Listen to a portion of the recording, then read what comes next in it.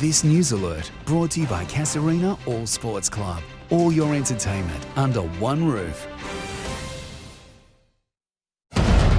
Good evening. The battle for Fong Lim heated up today with the candidates going head-to-head. As expected, fracking was a major issue while the blowtorch was turned on incumbent Jeff Collins for his defection from Labor. Elected 4 years ago under a Labor banner, Jeff Collins is now flying a different flag. Today, at a Rotary organised debate, Mr Collins didn't have many good things to say about his former colleagues. This is the fundamental problem with this government. What they do is they play favourites. It's expected to be a tough battle for Mr Collins to win back his seat, facing accusations he's done little as a local member. Nothing has happened in Fong Lim in 4 years. If I had to walk away from Labor, I'd say to the electorate, sorry, I can't represent you.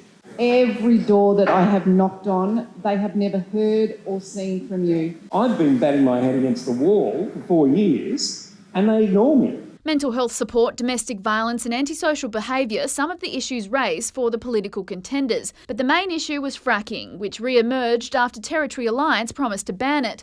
Labor's candidate forced to defend the government's stance with claims the public is against it. The economic case isn't made for it. I don't believe the surveys that were put out by Territory Alliance, as they were push polls. This practice can be done safely if it's regulated properly. While independent candidate Amy believes there needs to be more focus on other issues. They're busy talking about fracking until sometime they're talking Today's event was the second of 3 debates with the Chief Minister's electorate of Fanny Bay scheduled for next week. Michael Gunner is yet to confirm his attendance. Kathleen Gazzola, 9 News.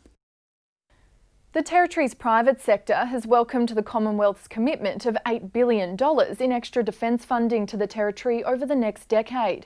The funding boost part of the rearming of the ADF.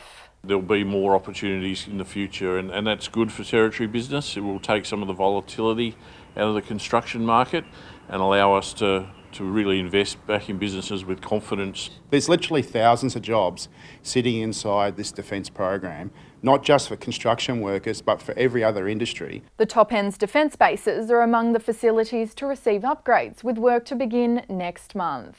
No infringements were handed out overnight for firework-related offending and there were no fires reported. Darwin Alderman Justine Glover, who has called for a ban on Cracker Night in the past, says it's an example of how Territory Day can be celebrated safely. But both the NT government and the opposition are firm on bringing it back next year. Territorians can expect that there will be firecrackers next year under a Labor government. Territory Alliance today said it's also in support of Cracker Night.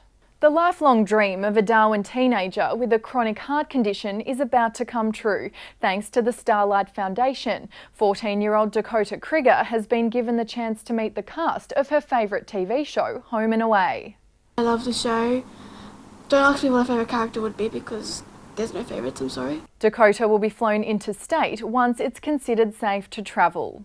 Thank you for joining us. To stay up to date, follow 9 News Darwin on Facebook. This sports report brought to you by Harvey Norman. Shop online, mobile or in-store today. Under siege, Broncos.